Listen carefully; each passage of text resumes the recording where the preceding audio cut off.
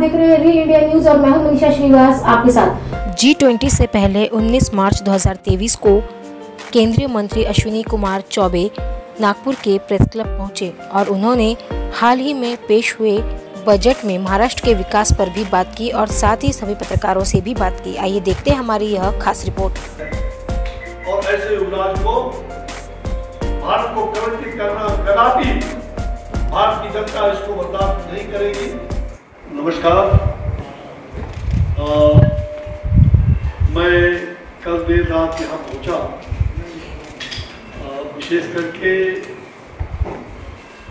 देश भर के लगभग 3000 चिकित्सकों का होम्योपैथिक का रिसर्च समिट करके, जहाँ होम्योपैथिक के डॉक्टरों का एक समिट था, उसी कार्यक्रम को अभी मैं करके आ रहा हूँ। उसमें आदरणीय श्री विपिन गडकरी जी भी उस कार्यक्रम में के नाते प्रधान थे।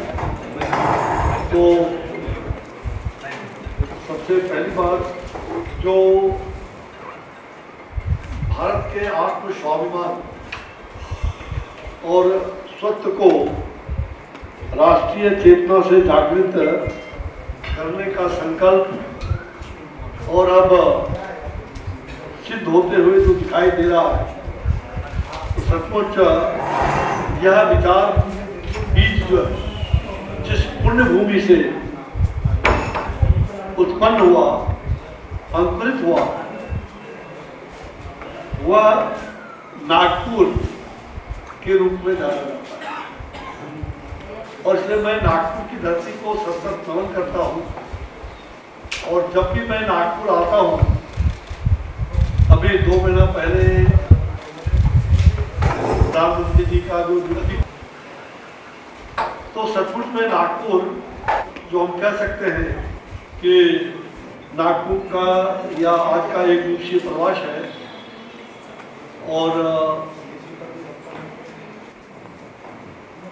नागपुर में विशेष करके जो मैं देखता हूँ कि यहाँ के लोगों में जो संस्कृति है, कल रात में जब उतरा तो एक महान उत्सव का दृश्य नजर आया।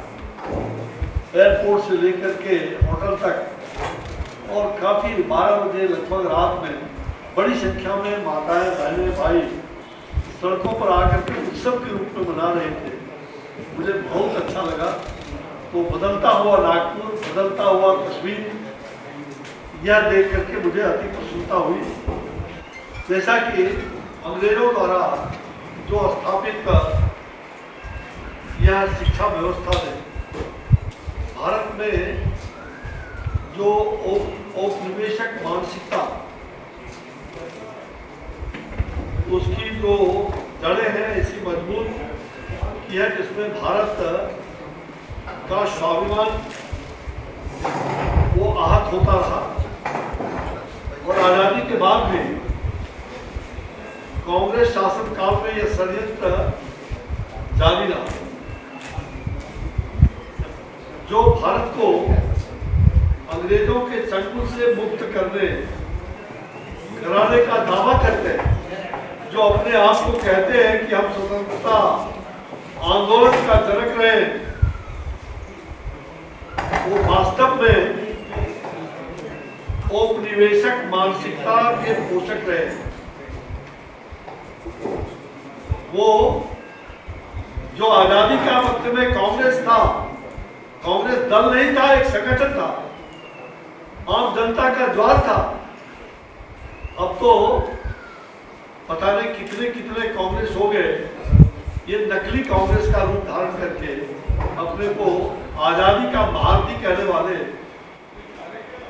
और मुझे लग रहा है कि यह मानसिकता भारत को सामर्थ्यवान विश्व गुरु व विश्व महाशक्ति के रूप में देखना नहीं था। और इसका प्रमाण हाल में ही आपने देखा, जिसको लेकर संसद के सत्र में भी काफी हंगामेदार चर्चा हो रही है। हाल में वंशवादी जो कांग्रेस का, सोनिया कांग्रेस का जो एक युवराज, जिसने विदेश की भूमि पर जाकर के और भारत के बारे में, यहाँ के लोकतंत्र के बारे में जिस प्रकार से कमेंट किया, जो भाषण में कहा, वो सचमुच भारत की छवि को दुर्बल करता है। और इस प्रकार की मानसिकता वाले लोग, भारत के तपस्वी प्रधानमंत्री श्री नरेंद्र भाई मोदी जी, जिसने भारत माता को परम वैभव के शिखर पर बनाए रखने का संकल्प लिया है,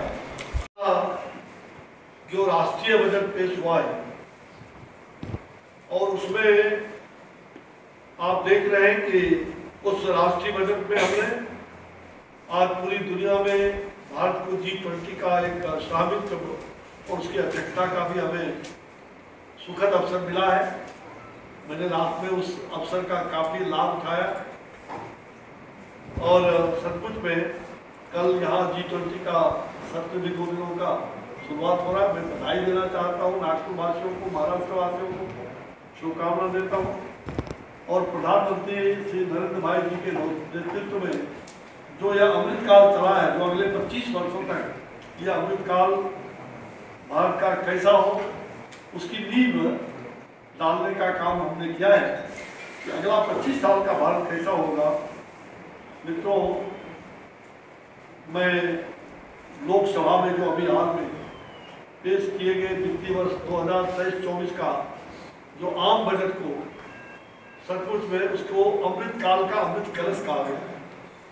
वो अमृत कलश है जिससे 14 रत्न मंदार पर्वत को लेकर के जब समुद्र मंथन हुआ था, जहाँ से मैं आता हूँ उसी धरती से मेरा जन्म है, आगलपुर आका बाका मंदार पर्वत, जहाँ 80,000 वर्ष तक काशी विश्वनाथ जी वहाँ उपवास किए थे।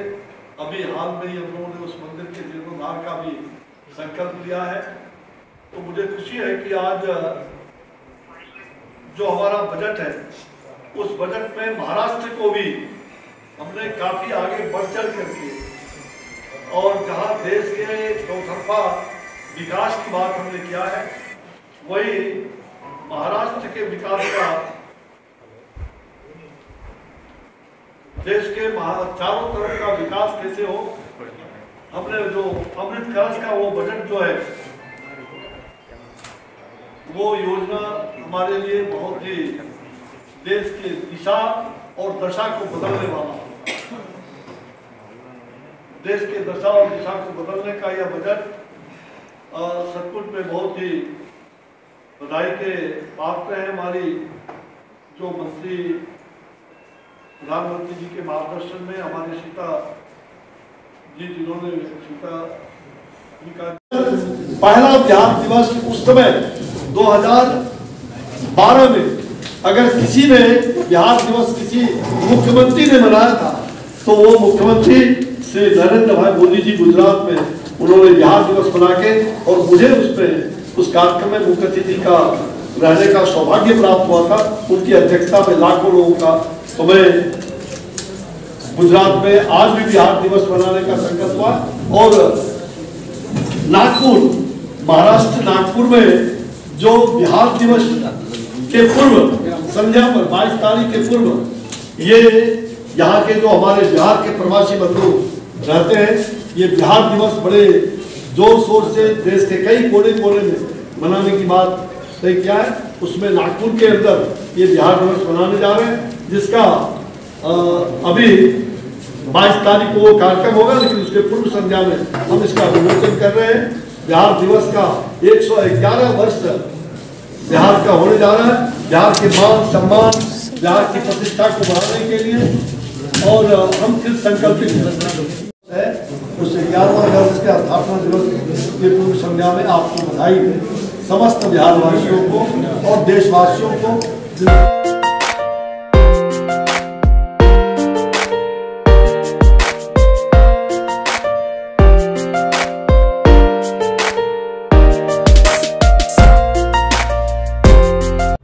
ऐसी ताज़ा खबरों की अपडेट के लिए आप देख रहिए री इंडिया न्यूज। हमारे चैनल को लाइक करें, ज्यादा से ज्यादा शेयर करें और सब्सक्राइब करें।